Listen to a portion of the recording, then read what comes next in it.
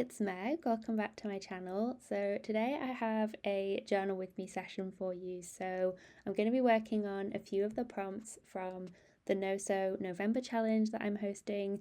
This is the second week mini journal that I'm working on. So if you want to see how I made this journal, I'll leave a link down below to the video that I posted sharing a tutorial and also working on the first half, I guess, of this journal and how I sort of set up the base for the background that I'm now going to be adding to. So I've tried to include as much of the process of creating for these prompts as possible, because you'll notice as we go through this that I kind of had one idea and then went another way and then made a quote unquote mistake and covered things up. So I just wanted to show you the full process of how I actually sit down to work in a journal like this and the prompts that we're going to be working on. So I have weave, match, stretch, and reflect.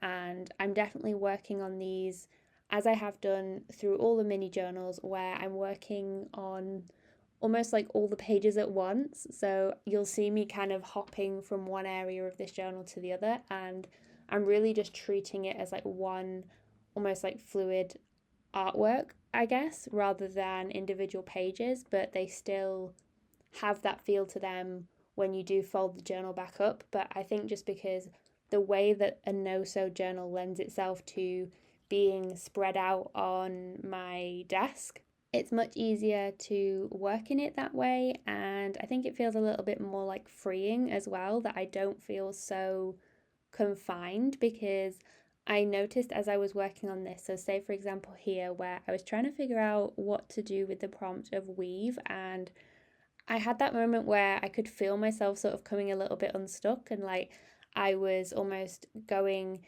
down a path and trying to force something to work rather than just, changing my mind and doing something different. So you'll see I kind of toyed around with these scraps from some scrapbook paper. Could I create a weaved pattern with them?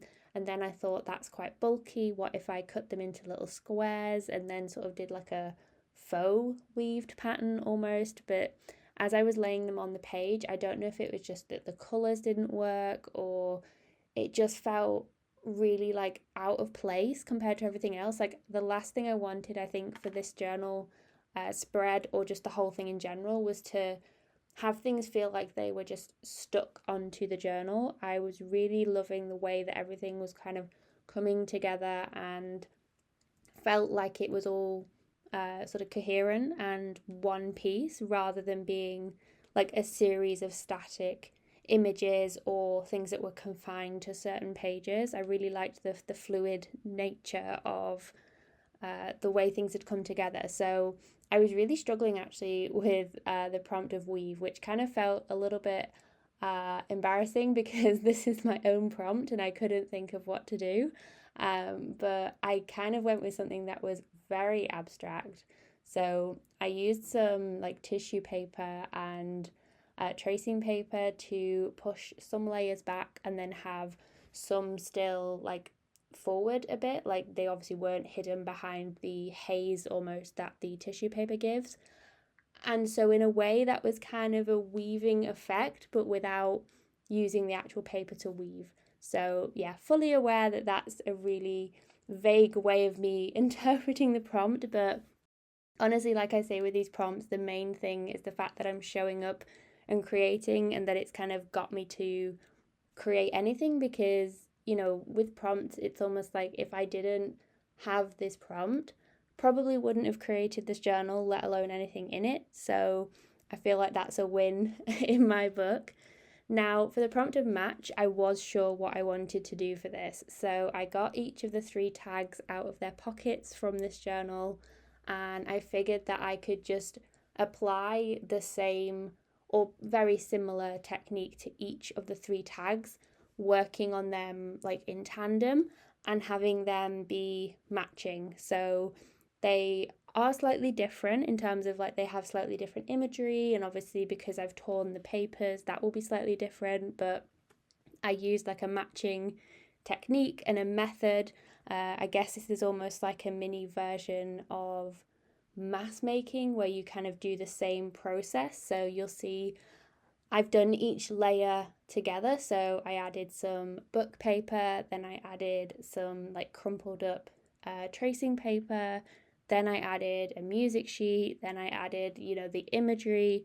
So in that way, I was kind of matching what I was doing across each of the 3 tags. And I thought this was actually a really fun way to create some tags in this journal that felt very cohesive, but also had their individual little charm about them as well. So I didn't want to add too much onto them. I didn't want them to feel really busy and cluttered, because I was fully aware that the journal pages that I've actually created for this one are very busy, but I actually quite like how detailed they are. I think that's something that I was thinking about, because I know I was talking in my last video about the whole like style struggle, I guess, and sort of wanting to try new things, but worrying that they don't kind of fit how I journal at the moment, even though if I want to try new things, then it has to be different, and I've got myself all wrapped up in knots about that. But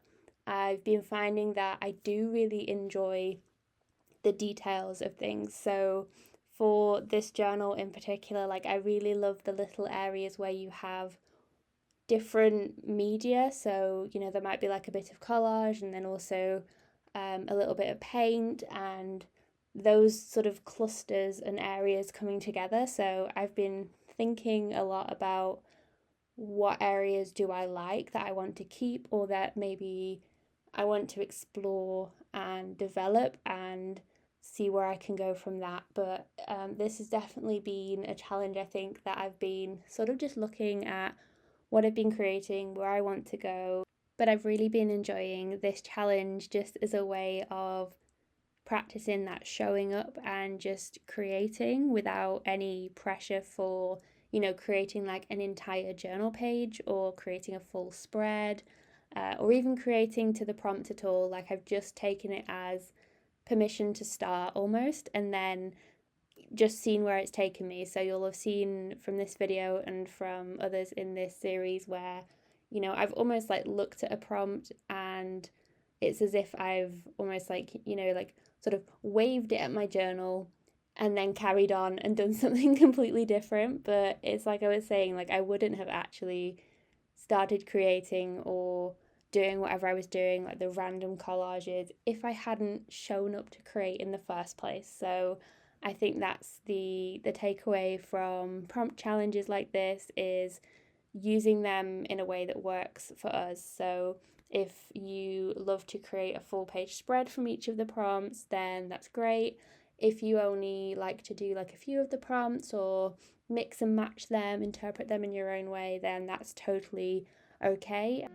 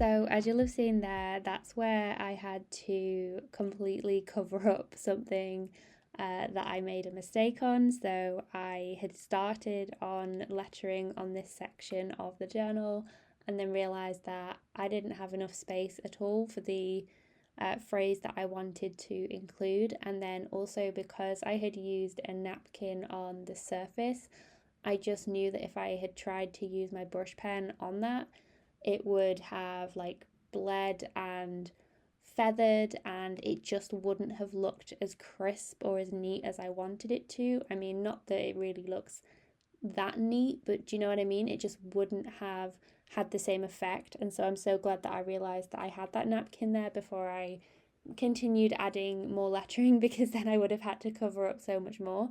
But actually, I think having added the plain sort of book page text there, I think that actually gave some much needed negative space to what was otherwise quite a busy like spread and background. So it was actually, a Bob Ross happy accident, I suppose, because otherwise I wasn't giving myself enough negative space, I don't think, on this journal page to have the space to have all the text. But I did enjoy the way that the middle quote that I used, how that kind of went across the ripple that I had painted on the one of the previous prompts. So that one managed to fit in just about. So I'm just putting my tags here on the outside of the pockets because for the final prompt of reflect, I figured I could come in with some like gold, like shimmer watercolor and a fan brush and just put some gold splatters across the entirety of this journal to kind of add a little bit of a finishing touch to it all and that sparkle and shimmer for the prompt of reflect. Now there are definitely areas of this journal that aren't finished. You can see there with the little bits that I had added in. So I may well come back to this just to, finish off those few little bits. But otherwise, this is what I've created for the second week of prompts for No So November. So this means we're pretty much nearly halfway through the month now, which is crazy, but I've been really enjoying working on this project. So I hope you've enjoyed joining me for this journal with me session. Let me know what you created for these prompts in your journal. And as always, I hope you have a wonderful rest of your day, and I'll see you in the next one.